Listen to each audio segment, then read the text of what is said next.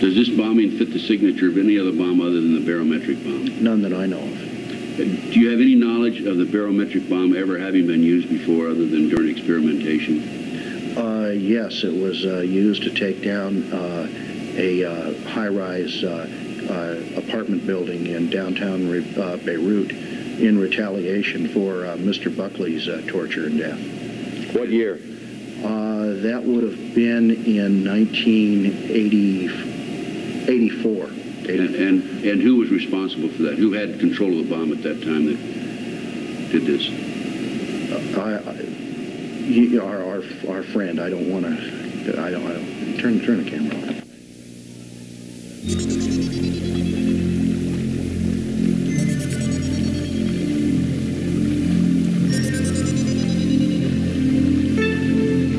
In 1989, Michael Ricano Suto's laboratory was burglarized and the top-secret barometric bomb prototype was taken.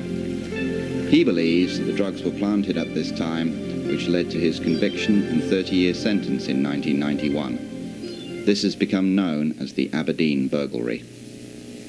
Mike, what would...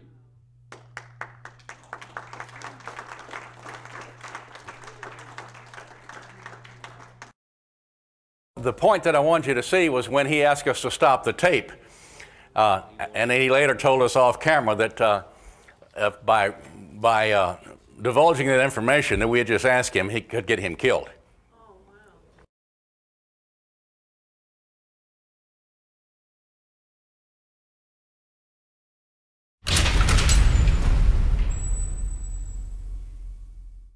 wow. Well, anyway, those cases, even Terry Nichols, and I've got a new story coming to American Free Press in the next few weeks, I haven't finished it, but even Terry Nichols, in an affidavit last year, has admitted that Tim McVeigh slipped one time and said that his handler, his contact man in the FBI was Larry Potts. Anybody not remember the name Larry Potts?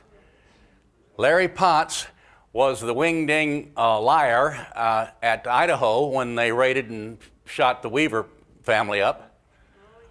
And he also was the principal at Waco 6 months later, and the principal FBI agent at Oklahoma City in '95. And come to find out now that all those FBI guys, except Gunderson, of course, our suspect. Don't hurt him yet. And I'm a double agent. Yeah, that's right. He's a double agent. He jumped the fence. And he's going to be our next speaker after lunch, and I believe we're I got to about 5 minutes. I covered a lot of the basics about the cases. Well, I got 5 minutes here before we go to lunch. Does anybody want to ask me about anything I talked about? Yes, sir. Is it true that whatever fertilizer that guy McVeigh had in the truck, it couldn't have done the explosion it did? Yes, and that's in our video too. It's a normally $20 video from American Free Press, but we don't have to mail it, so you can have it for $15 today. And it is probably the most comprehensive thing ever done on the case, and a whole lot of other tie-ins, previous stories I wrote and tie-ins to the internet websites on a lot of the stuff Jim talked about today on the 911 stuff. Yes, sir. See, what's the smallest age, the youngest age that the CIA ever recruits? I mean, when you're talking about 15-year-olds. Yeah, in fact, Ted Gunderson was close friends with Michael, and he told you he was 14? He was junior high. He recruited right out of junior high. He's so brilliant. This man is probably the highest IQ than anybody I've ever known. Photographic memory. He can tell you, he's been a very close friend of mine since 1982. He can tell you about a conversation he had with you like 15 years ago at a certain time, certain date. Yes, so a teenager would be your answer. Yes, Jim. Well, I'll share this with everybody too. I got to be pretty close with Marguerite Oswald, Lee's mother, and I spent a lot of time with her. And something still sticks in my mind is she once told me about a time when Lee came back from junior high school, so whatever that would be, 13, 14 years old, with a military officer. And the military officer told her, hey, Lee's a sharp kid, he's a self-motivator, self-starter. He's the very kind of guy we need. So they're trying to recruit Lee Harvey Oswald as far back as junior high school. Jeez. Yes, sir, you had a question. Okay, I had a question. Did they know the shooter of JFK? Well, The driver and? no. No, it was not the limo driver. A lot of us thought that, including myself, for a while, because he seems to turn. But what we see and we think is a gun in his hand or 45 is actually the reflection of Bill Kellerman's head in the sunlight. Well, Jim Mars will tell you that it was Roscoe White, the Dallas cop, and he's got a lot of evidence and good reason to believe that. And then there's the Files, Jim Files, who's in the Illinois State Pen now. He's done a video. I don't know why he's still alive, do you? He's had several attempts on his life. He's just tough. Yeah, well, Files claims that he did it. I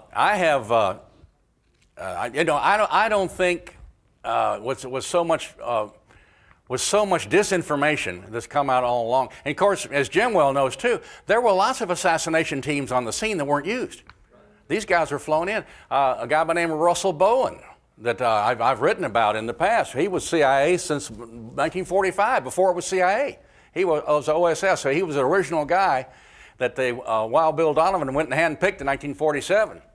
And he did some very despicable things. And we sat around his pool down in Winter Haven, Florida in the past. He's since moved to South America.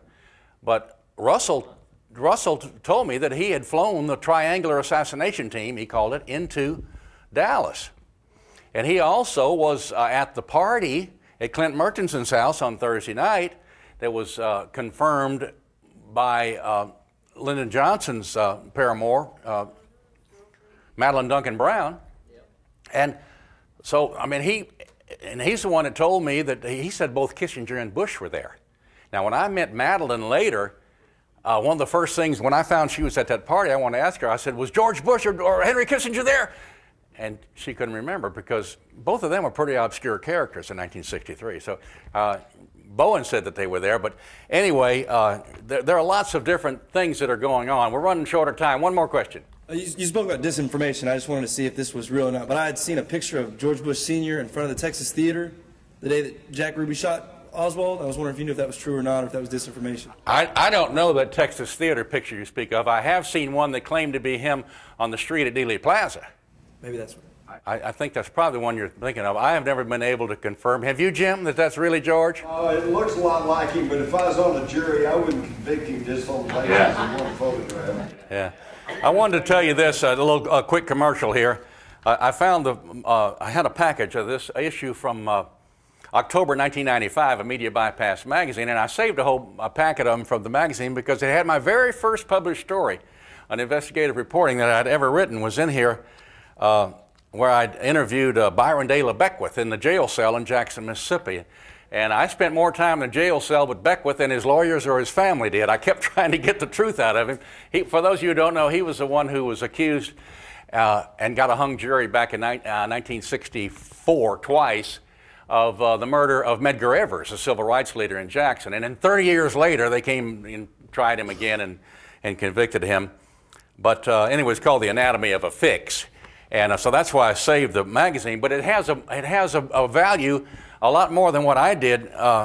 Just not that it has my first story in, but the cover story is one that you've forgotten, and No Guts, No Story, and it's about James Norman, who wrote about the Foster Gate, on the murder of Vince Foster. He uncovered all of the private, or many of the private bank accounts and the Swiss bank accounts that all these politicians and bureaucrats were maintaining with millions of dollars offshore. James Norman got the goods on them. And the name of the story here is, And the Truth Shall Get You Fired. Yeah. Norman went to Forbes magazine where he worked, had all the details of the story, and it was going to press until Forbes got a phone call from the White House. Wow. And not only did they kill the story, they let James Norman out on the street. He was gone forever.